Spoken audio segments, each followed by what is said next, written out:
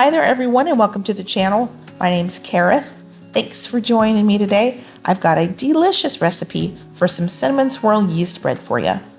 This is based on my recipe that I already have on my channel and in my second cookbook.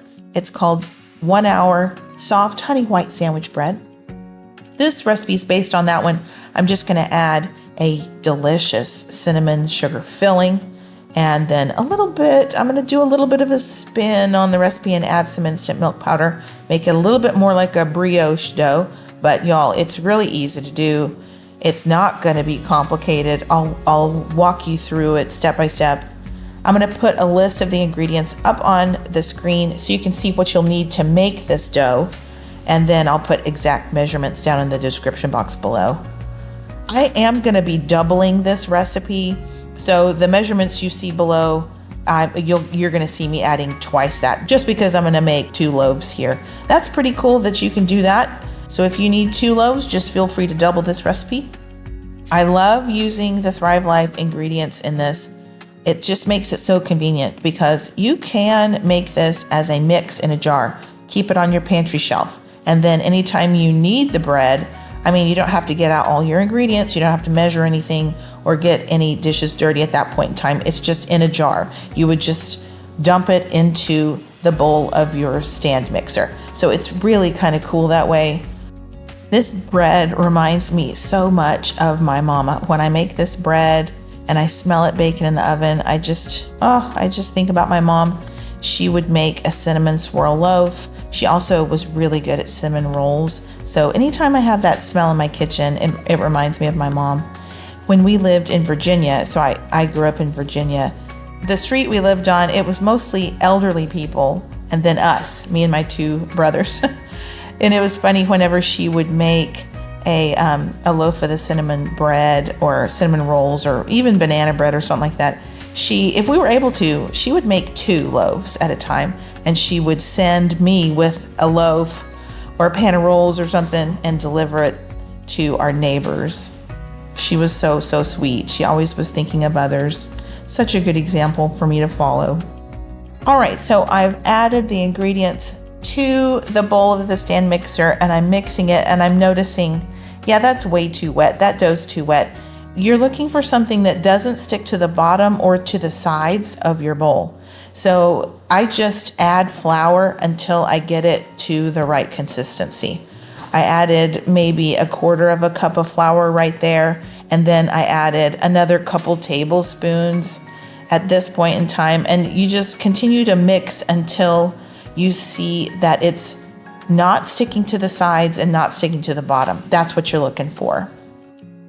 At that point in time, you can switch your mixer to speed 4 or something like that and let it knead for about 10 minutes. Yeah, it was really too much dough for my mixer to handle, but I just did it anyway. All right, and then you'll just cover that and let it rest while you preheat your oven. So it needs to rest for about 15 to 20 minutes or so. And during that time, I just put a couple teaspoons of oil in my bread loaf pans, and using a pastry brush, I brushed the bottom and the sides of the loaf pans. And this is what the dough looks like after just about 20 minutes of resting. That's all there is to it. Isn't that beautiful? Nice and poofy. It rose beautifully. You can punch that down.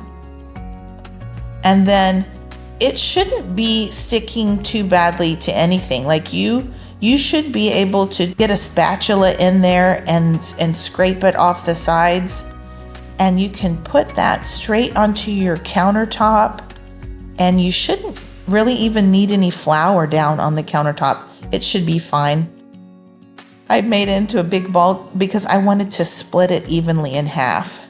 Now, if I was much of a baker, I probably would have weighed it, but I don't even bother to do that. I just eyeballed it.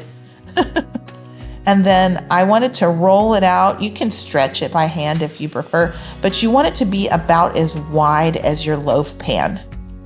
Okay, so this is this is my very non-precise method of making bread. Now it'll be ready for the cinnamon filling. Now let me show you how I make the cinnamon filling. Here's a list of ingredients you'll need for it. It's really simple. It's cinnamon, brown sugar, white sugar, and a little bit of flour. And I think the flour helps it to bind together and not leak as much. I'm not sure why they put flour in it. I think maybe it just makes it more like a paste. I'm not sure. If y'all know that answer, put it in the comments below. I'm just not sure. But if you have lumps of brown sugar, you can smush them with your spoon at that point in time. So since I'm making 2 loaves, I would just put half of the mixture on that first rectangle of dough.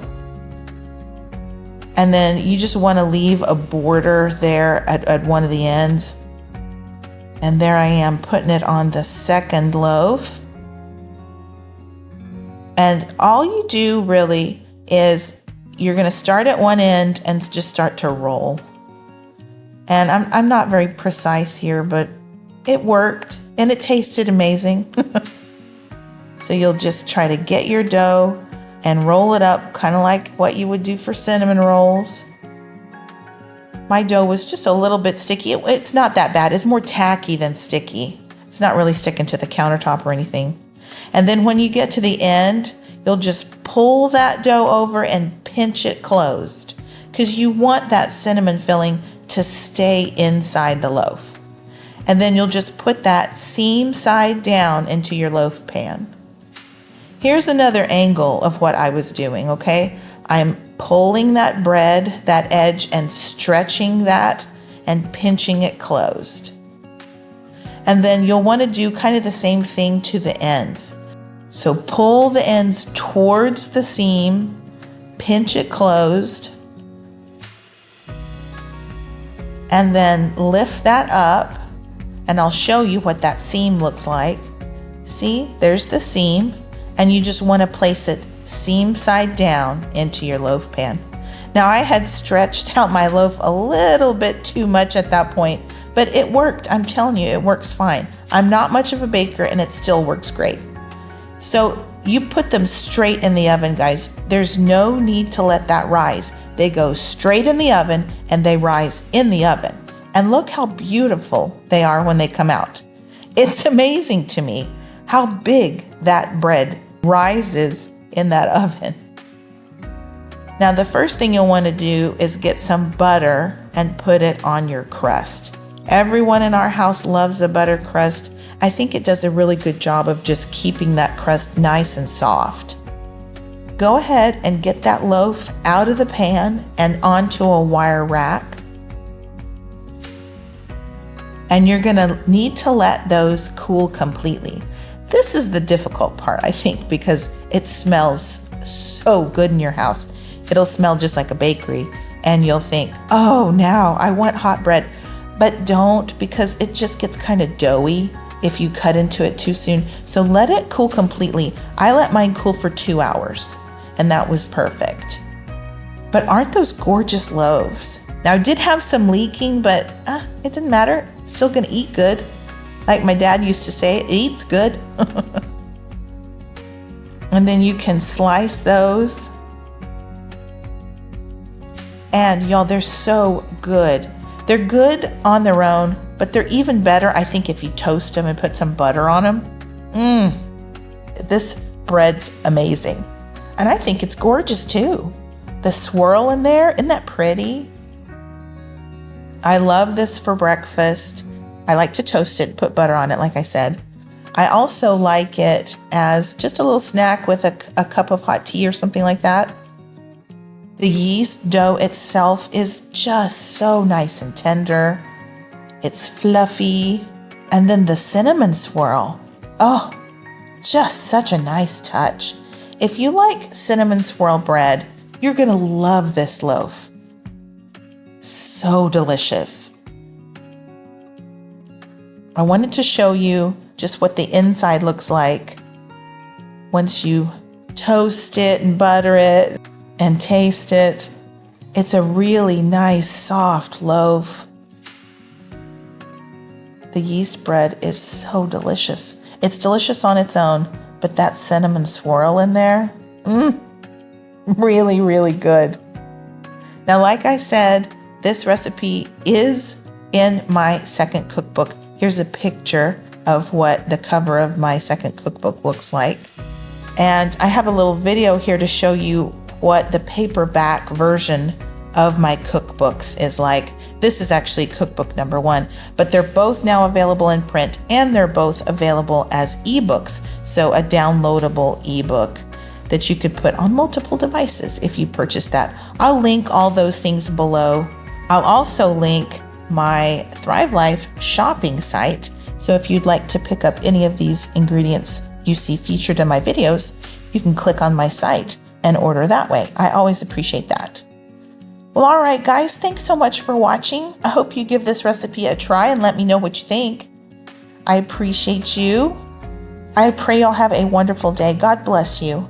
Until next time, y'all take care and keep thriving.